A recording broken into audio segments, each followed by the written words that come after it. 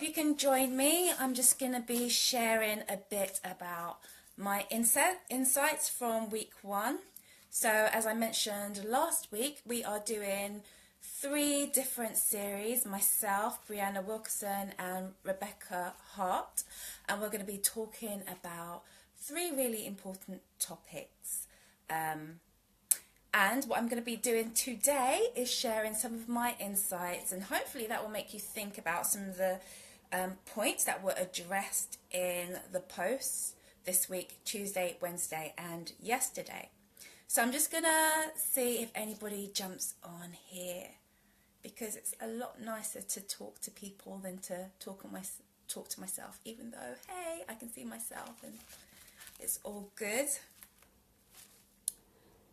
Okay, so on Tuesday, Brianna was speaking about health goals and having victory in our health goals. And one of the things that she mentioned, or the key thing which she mentioned, was the importance of simplicity and planning.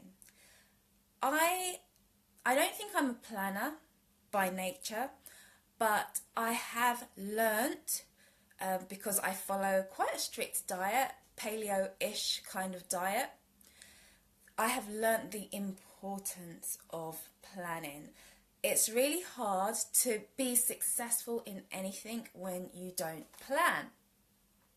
And just reflecting on Brianna's post, it made me think about another point that she raised was the issue of accountability, or the importance of accountability.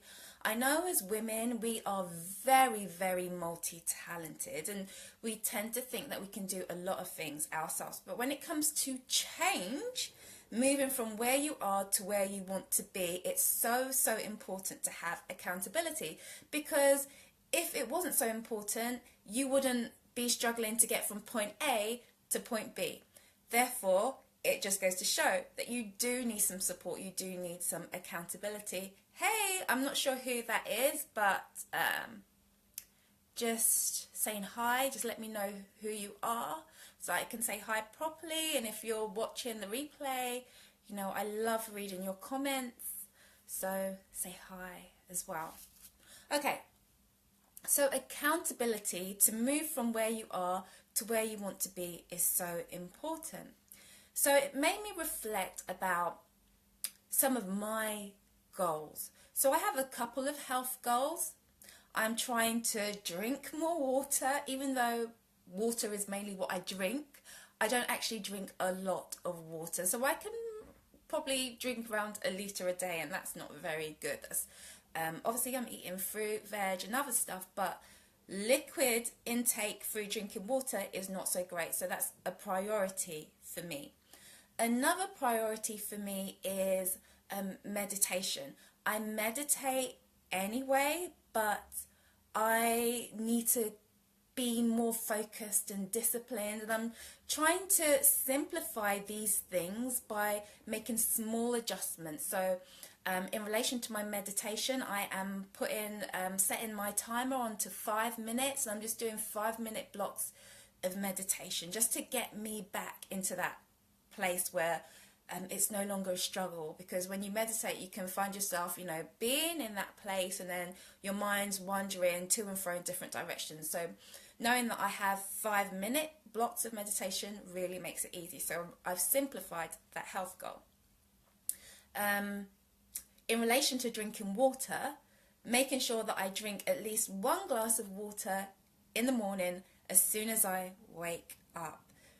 I've heard and I've experienced it for myself that when you drink water first thing, it sets your body up to really crave water. So you find that you drink more water when you start your day off with drinking water. So those are 2 simple things I can do to move me towards those health goals that are really important for me.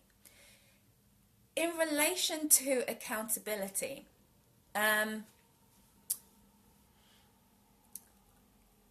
I think I don't really have much of an accountability going with water drinking, apart from an alarm on my phone telling me to drink water, and that's not really helping, I have to be honest there. But in relation to meditation, what I have done is I have done some research into some meditation courses and things like that. And I have selected the ones that I think I'm okay with attending, I think will be beneficial for me. And courses automatically, especially if you pay for stuff, it automatically builds in accountability and makes you more able to commit to it and follow through. So I'm really excited about this because it's going to teach me some great tools and strategies and tips and really benefit me in moving me towards my health goals. So I invite you to reflect for yourself on your health goals, where you want to be, and really simplify them. Simplify them down into basic steps that you can do quite easily. I received a WhatsApp message with so much information about different things that you could do to prevent cancer and XYZ.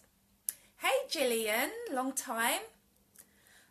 So I received this WhatsApp message with lots of information about different things that you could do to prevent cancer or to support yourself so that you don't put yourself at risk of developing cancer. And as these messages say, they ask you to pass it on to your friends and family. So I felt that there was enough truth in the message for me to pass it on to other people. And so a friend of mine got back to me, and she was basically saying, you know, this is going to be really, really hard for her to do, especially because, you know, she's back home in Africa, Nigeria, and they don't have as many of the things that were mentioned in the message. And I basically said to her, just choose one thing. Just choose one thing from that list and do that for 30 days. And then you can choose another thing from that list and do it for 30 days. Just choose the ones that you feel that are most easiest for you to do and just commit to doing it for 30 days. 30 days is enough to change a habit and to learn a new habit. So in relation to what Brianna spoke about, with regards to simplifying your health goals, just choose something. Make it really, really, really simple and commit to doing that for 30 days, and you will definitely see an improvement shifting towards where you want to be. So I just wanted to share that with you. So please have a look over Brianna's post. It was on Tuesday, and I would love to hear any thoughts, insights, comments you have about what she shared. On Wednesday, Rebecca began her series, and she is posting, or she's going to be talking to us about authenticity and the importance of being authentic.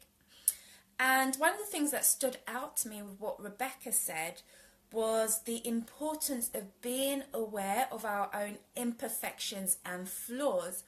And this is quite a big one, because a lot of the time, I don't know if it's society or what, but we tend to think that it's not okay to admit our, you know, weaknesses, our flaws, our imperfections. We like to gloss it over, and hence we tend to do a lot of covering up of ourselves. Or we cover up ourselves with clothes, or we cover up ourselves with makeup, or we cover up ourselves with different things. We tend to want to hide our imperfections and our flaws.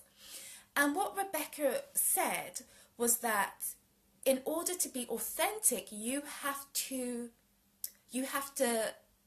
move to a place where you can admit, accept, even forgive those imperfections and flaws that you have. Really come to that place of like self-love, self-compassion. Yes, maybe I have this thing about myself that I do, or that I have, that I don't like, but I can still love myself. I can still be okay with myself. Because when we get to that place of being okay with ourselves and still loving ourselves, it gives us that freedom to be authentic. We don't have to cover ourselves up anymore. We don't have to pretend. We don't have to hide. So I thought that was a really, really great share from Rebecca, and I will encourage you to go back and read her post, because she has so many good insights that she shared with us. And lastly, yesterday I posted very, very similar to what Rebecca shared, but I posted on, or I'm doing a series on rediscovering your voice. And this is important to me, and it kind of ties in, like I said, with what Rebecca said, but it's important to me because your voice is fundamentally who you are. You know, when we think about voice, we tend to think about a person's sound.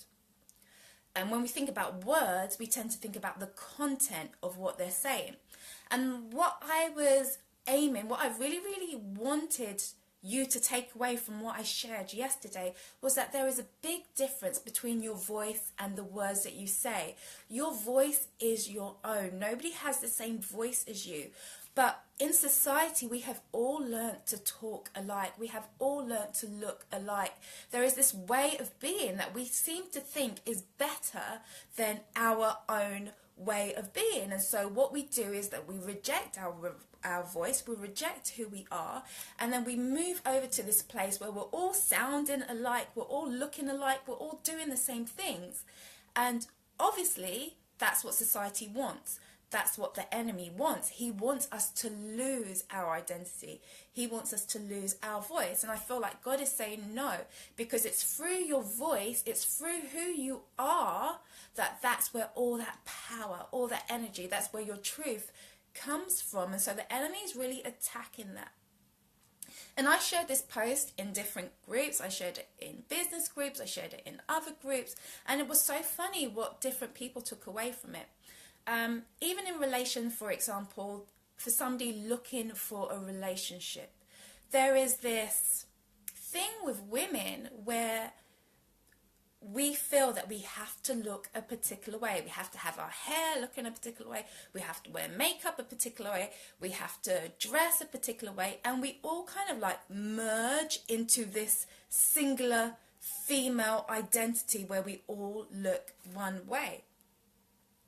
And one of the people who read my post, she commented on the fact that that's not very helpful when you are trying to attract somebody who's going to love you for you. It's not very helpful, take it out of relationships, when you're trying to attract friends who will treat you with dignity and respect, who will value you as a person. It's not very helpful if you are thinking of starting business or ministry, or are in business and ministry, and you are trying to do what other people are doing. It's just not helpful. So rediscovering our voice is so, so important. And the question that this ultimately brings up is, who am I really? Who am I really? And there's a distinction between asking yourself, who am I really, and who am I being? A lot of the time, especially in personal growth, personal development circles, coaches will say, who are you being? And that is really asking you about, who are you right now?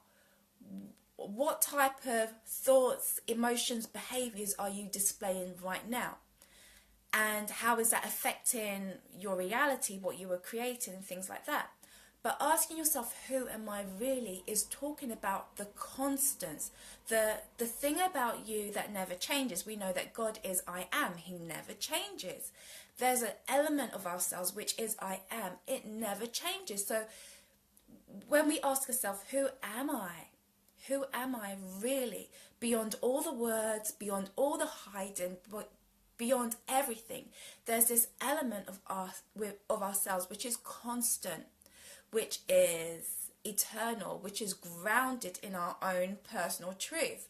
And it's about really tapping into that in order to be authentic, in order to love ourselves as we need to love ourselves, in order to treat ourselves with dignity and respect that will encourage and motivate us to look after our health and take care of ourselves in different ways. And so at the beginning of the week, I told you about a friend of mine who passed away, and lots and lots of reflection from my end around this. the thing that touched me the most was, this thought about the importance of making sure that I lived my life fully and well. And what that meant for me was that I needed to be me. I couldn't allow other things around me to stop me from being me. And to trust that the me I am is not even good enough. Good enough is a wrong way of saying it, but the me I am is right, is on purpose, is in purpose, is living in purpose, because I'm being who God created me to be. And I think that's the importance of rediscovering your voice, is that when you do that, you automatically move in purpose. You walk in purpose. You are purpose. You are your purpose, because you are living in tune with your truth, in tune with your voice. And so, okay. Yeah, so that's what I wanted to share in relation to that. And I want to link it back to an example. I have a friend of mine, I've known her for a number of years, and she's at this place where she's not wearing any makeup at all. She's doing a totally vegan diet.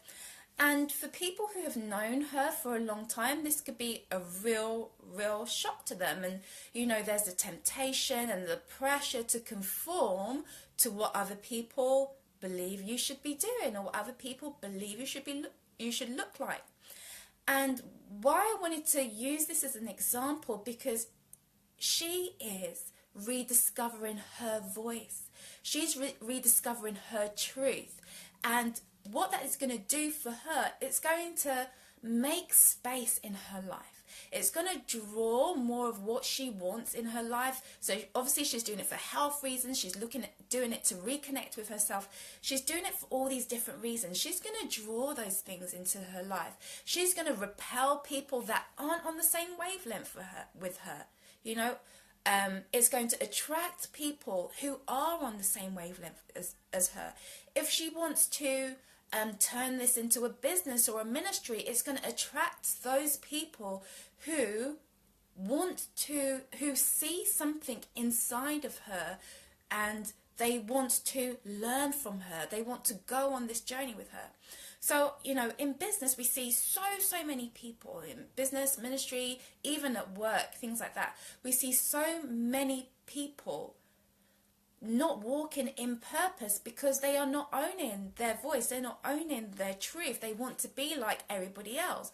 But how are you going to attract the people who want to learn from you, who want to journey with you, if you aren't even embracing your own truth? You're going to be attracting all types of people, and you're going to be miserable. And I don't believe God created us to live a miserable life. That's why he made us all unique, so that we could walk in our uniqueness and attract those people that he has given us to attract, to impact, to work with, to walk alongside with, all those things that he has created us uniquely and specifically for us to do. So I wanted to share those two examples with you to really illustrate why it's important, why I believe it's so important that we each rediscover our voice, because our voice is beautiful and it's powerful and it's unique. So I would love to hear your comments about what I've shared today, and I'm going to invite you to go back to read the posts from myself, Rebecca and Brianna, and to use them to support you in moving forwards through the series, and even on their posts through the week. Just use them as a resource to really support you in moving forward. And if you have any comments, any thoughts, any questions on what I've shared today, please feel free to just drop them in the comments, and I'll be back next week, and I'll be sharing some more insights I got from Brianna and Rebecca. So that's it from me. Take care, and I'll see you soon.